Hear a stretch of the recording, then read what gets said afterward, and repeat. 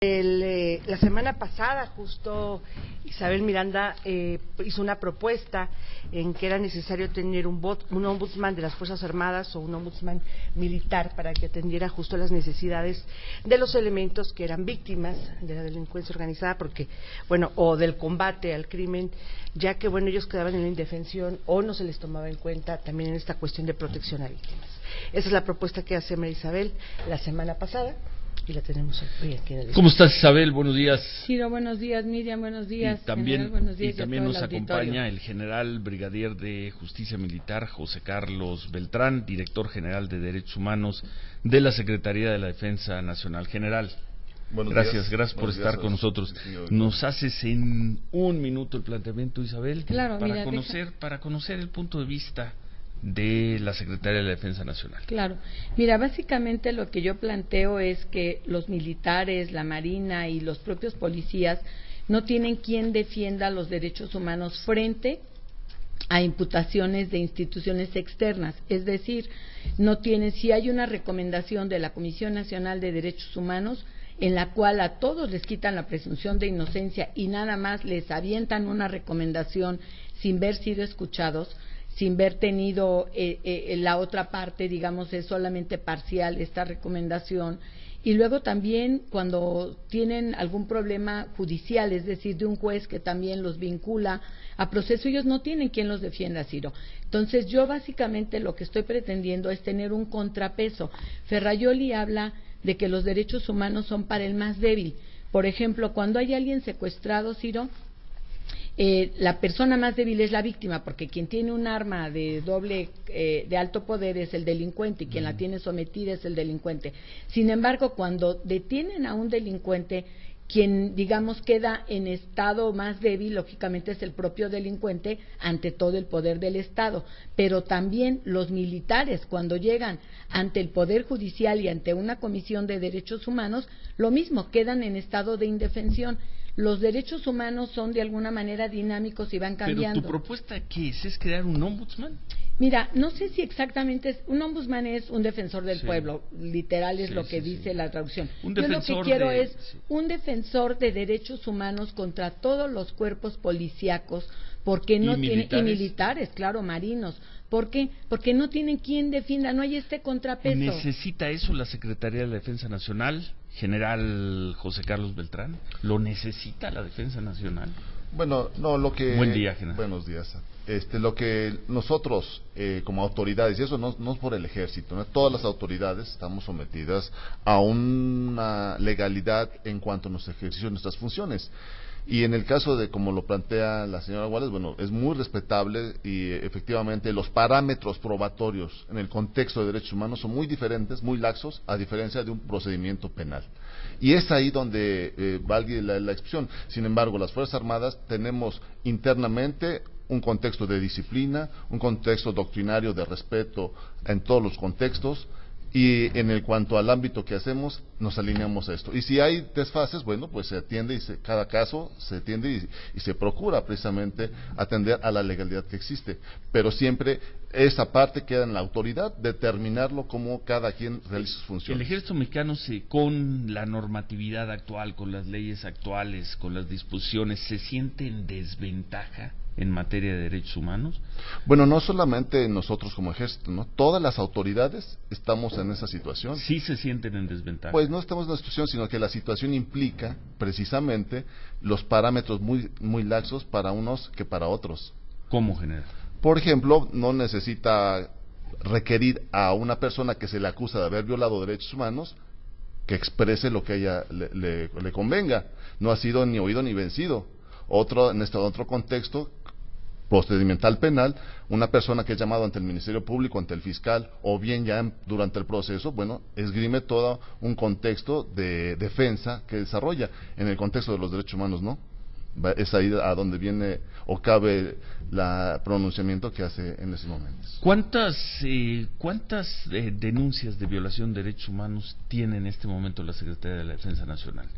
Bueno, nosotros hemos recibido desde que se inició la administración alrededor de unas 800. De esta administración. Sí, 800 recomendaciones. No, quejas. Quejas. Las cuales han venido disminuyendo gradualmente en un comparativo que yo le puedo decir que al menos desde ahorita, hablando del año 2016, en comparación con el último año de la administración pasada, 2012, vamos en un menos del 75% de quejas recibidas para la Secretaría de la Defensa Nacional. Hoy hay 75% menos de quejas sobre derechos humanos en la Defensa Nacional de las que había en 2012.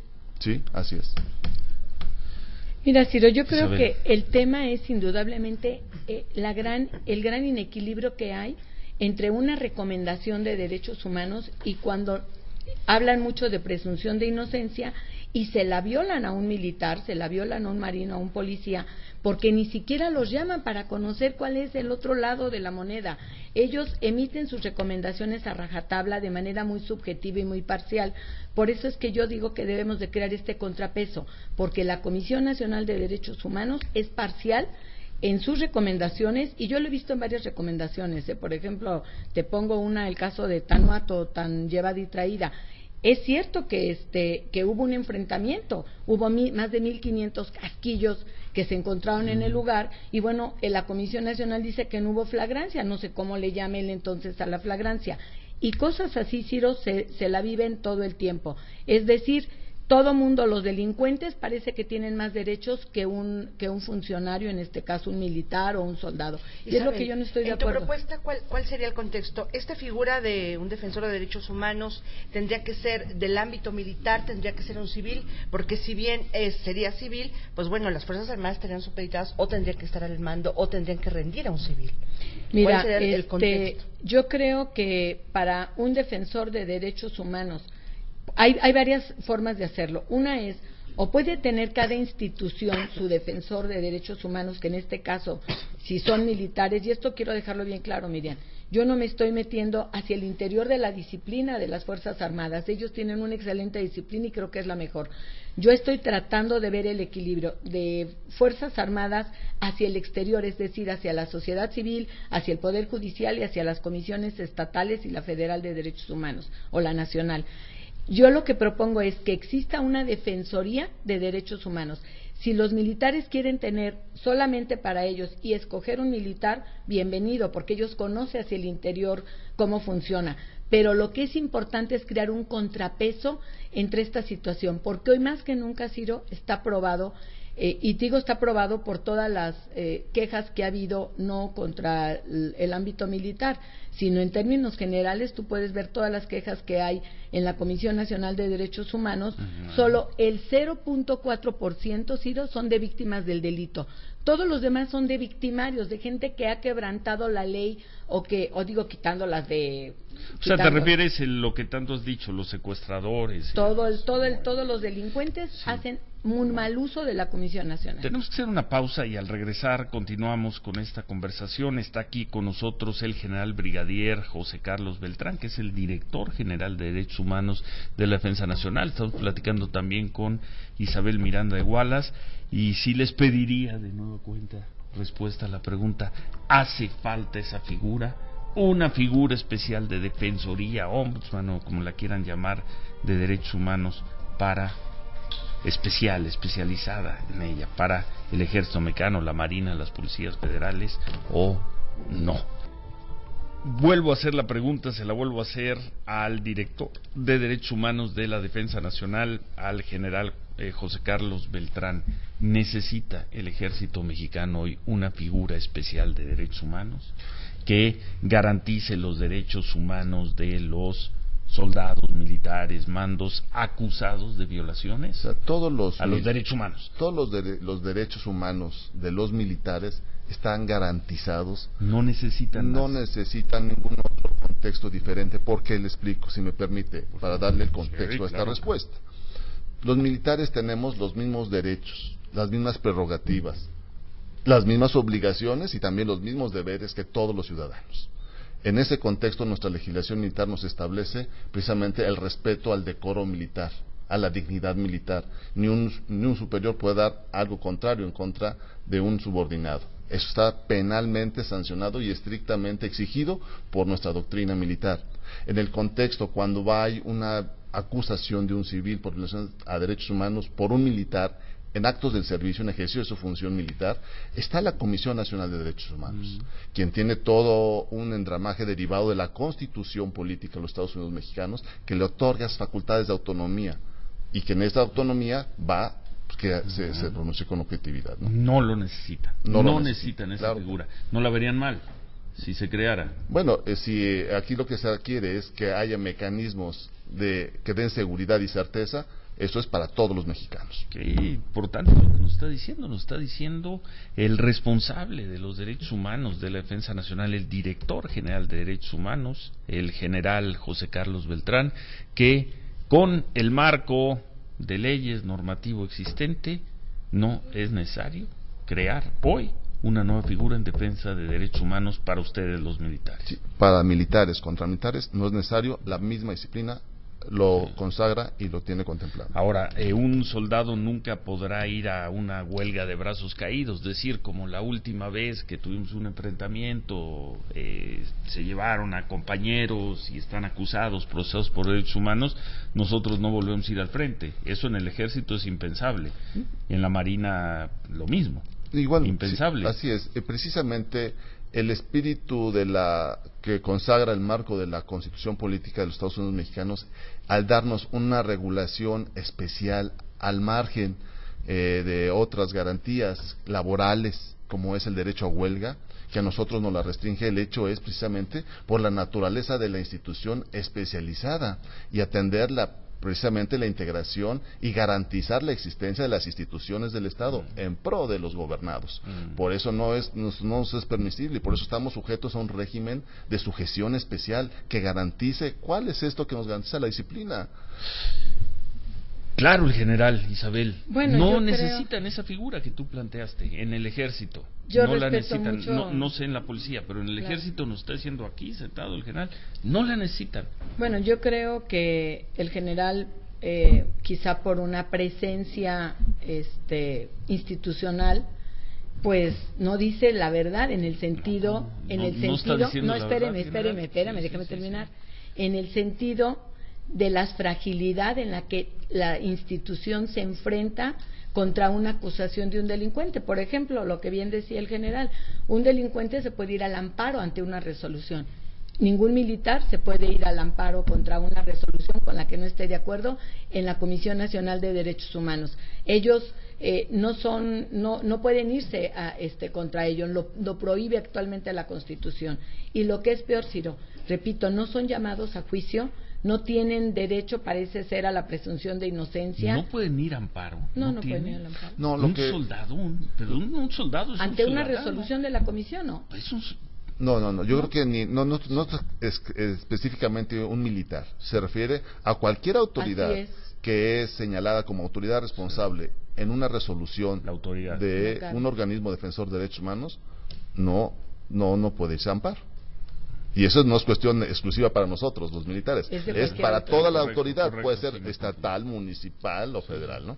Así es. Y ahí hay una desventaja, Ciro, porque entonces parece ser que la Comisión Nacional tiene la última palabra sin haber sido escuchado ninguna de estas autoridades. Hablando específicamente de los militares, ellos no son llamados para poderse llevar a cabo una defensa adecuada. ¿Dónde está entonces la defensa adecuada, la debida diligencia, la presunción de inocencia? Repito, yo sé que institucionalmente a lo mejor es mostrar debilidad al decir sí requerimos una institución que defienda los derechos humanos de todos los integrantes de las Fuerzas Armadas. ¿Por qué? Porque pues ellos son nuestra máxima fuerza contra el crimen organizado. Pero yo de verdad creo que ahí están las pruebas y sin embargo, bueno, esperemos que no lo sigan aplicando estas reglas tan inequitativas y que no estén sufriendo lo que hoy están sufriendo, en el que ni siquiera puedan contestar ante una recomendación de derechos humanos. Isabel, ¿cuáles serían las modificaciones, digamos, inmediatas que tendrían que hacerse a la ley, digamos, para dotar de estos requerimientos, por lo menos a la Policía Federal y también a las Fuerzas Armadas? Esto sí se podría empezar a tratar con modificaciones en el Senado. Mira, yo creo que se puede hacer desde un ámbito legislativo, pero también desde un ámbito interno. No hay nada en la ley que no permita que tengan, como lo tienen derechos humanos, también una defensoría hacia el interior para sus propios miembros, tanto la Policía Federal como las Fuerzas Armadas. En el caso de la Policía Federal, ellos ya lo sometieron a la Conferencia Nacional de Seguridad y ya lo están consensando para poderlo llevar a cabo. Ellos no tienen ningún impedimento para hacerlo, lo pueden hacer desde el interior con el simple hecho de que lo pacten en las conferencias estatales y la Nacional de Seguridad, y yo creo que ahí va a prosperar, y qué bueno que prospere, porque repito, hay un gran inequilibrio. Ojalá que en las Fuerzas Armadas también lo piensen y lo mediten, sobre todo para crear este equilibrio, porque si no seguiremos viendo recomendaciones parciales, porque no son escuchados, y sobre todo con un gran inequilibrio judicial. Conclusión general. Pues yo creo que esta inquietud viene de un aspecto muy importante, y me remito a lo que dice la Constitución, a los organismos defensores de derechos humanos, en este caso a la Comisión Nacional, que deriva, repito, del apartado B del artículo 102, dice que sus resoluciones no son vinculatorias. Efectivamente, es lo que nos expresa la ley, pero yo creo que aquí lo que genera precisamente a estas diferencias de opinión o esta inquietud por el momento es el hecho de que, pues de facto, sí hay una vinculación, porque una autoridad, cuando se le señala responsable de derechos humanos, pues sí impacta en el contexto del investigador, sí impacta en el contexto de la autoridad que le va a administrar justicia, inclusive de la opinión pública. Conclusión, entonces, sería bienvenida cualquier disposición que mejore las posibilidades, ¿cómo las llamaríamos?, de audiencia, de defensa de derechos humanos, pero no necesitan una figura especial. Yo diría que son bienvenidos todos los instrumentos y mecanismos y propuestas que fortalezcan la objetividad en una responsabilidad de violación a derechos humanos por parte de la autoridad. Sin la necesidad hoy, este lunes, de crear una figura especial. Al menos exclusivamente para las Fuerzas Armadas, no, para todas las autoridades. Conclusión, Isabel. Pues lo que acabo de decir, que creo que sí, esto crea un inequilibrio y por consecuencia un debilitamiento a nivel país y a nivel institucional, y en muchos de los casos en los policías, Ciro, con una gran repercusión a las víctimas del delito, porque cuando se pone en tela de juicio el actuar de la autoridad, se debilita el proceso y por ende debilitan a las víctimas. Y eso es lo que yo estoy defendiendo, que tengamos instituciones más fuertes, un país con mayor credibilidad, porque sean más transparentes todos estos procesos y que las víctimas obtengan también justicia. Ciro, hoy no, eso no lo estamos viendo. Cuando tú tiras un proceso porque dicen que actuó mal alguna autoridad, automáticamente le estás pegando a la víctima. Gracias, Isabel. Gracias. ¿Cuándo tenemos cifras mensuales? Pues ya, mañana yo creo que ya las tenemos. Mañana, bueno, primero Dios. La estaremos reportando. Gracias. ¿Algo más, general? No, pues simplemente reiterar que nosotros estamos, independientemente de que haya o no un mecanismo, atendemos, nos preocupan, y nuestra obligación es atender nuestras misiones de seguridad y fortalecer a las autoridades civiles como lo estamos haciendo, pero más aún respetando irrestrictamente los derechos humanos, tanto a las personas civiles como al interior, y las cifras ahí están. Yo creo que es el hecho más preponderante que podemos demostrar nuestro trabajo, reduciendo quejas de violaciones a derechos humanos y cumpliendo con nuestra misión. 75% en 4 años. Menos. El dato, un poco menos de 4 años. El dato es de la Comisión Nacional de Derechos Humanos. Gracias. ¿Algo más, Miriam? Pues nada más dejar en claro que la Comisión Ejecutiva de Atención a Víctimas el viernes nos decían que también los militares podrán acceder a la bolsa de atención a víctimas de la CEA. Importante. Bueno, muy bien. Gracias, Miriam. Gracias al general, a brigadier de Justicia Militar José Carlos Beltrán, director general de Derechos Humanos de la Defensa Nacional. Gracias, general, y gracias. Mucha suerte, Isabel, en tu próximo programa, en la noche, a las 10. Que seguro será un éxito como todo lo que haces. Vamos a ver.